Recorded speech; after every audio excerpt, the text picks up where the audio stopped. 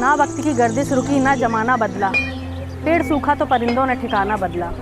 जाति पाति और मजहब की दीवारें तोड़कर ये हर वर्ष आते हैं माँ नर्मदा के आंचल में प्यार पाने के लिए। हम बात कर रहे हैं उन नन्हे पंछियों की जिन्हें साइबेरियन पक्षी भी कहा जाता है। ये पंछी हर साल ठंड के मौसम में यहाँ आते हैं और प्रजनन कर फिर वापस अपने जगह लौट जाते हैं। ये पंछी लाखों हजारों किलोमीटर की दूरी तय करके कई सरहदों को पार करके यहाँ आते हैं और जबलपुर संस्कार धानी वासी के लिए एक नई सौगात हर वर्ष देकर जाते हैं।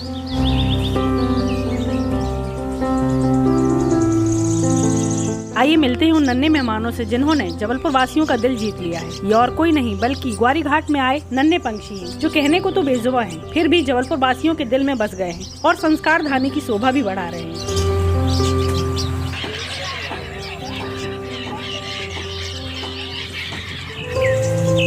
ग्वारी घाट में इन दिनों मां नर्मदा की शोभा बढ़ा रही इन प्यारी और नन्ही सी चिड़ियों को ब्राउन हैंडेड गर्ल्स के नाम से भी जाना जाता है। इन नन्हे मेहमानों का भोजन नमकीन की वह किस्म है जिसे आम बोलचाल में सेव कहा जाता है। साथ ही मां नर्मदा का आंचल इन्हें इस तरह लुभा गया कि हर वर्ष की तरह इस वर्ष भी हजारों किलोमीटर की दूरी और कजाकिस्तान, मंगोलिया और हिमाचल की तराई वाले आसमान को पार कर साइबेरिया से मां नर्मदा के आंचल में पहुँच जाती है।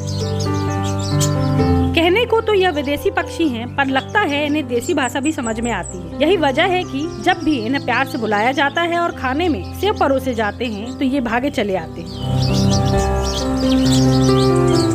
इंसानों के लिए भले ही धर्म और जाति की सरहदें बनी हुई, लेकिन इन पक्षियों की ना कोई जाति है, ना ही कोई धर्म, ना ही इनकी कोई सरहदें हैं और ना ही इनका कोई टोल टैक्स लगता है। बस ये मां नर्मदा के आंचल का प्यार पाने और मेहमान नवाजी करने चले आते हैं।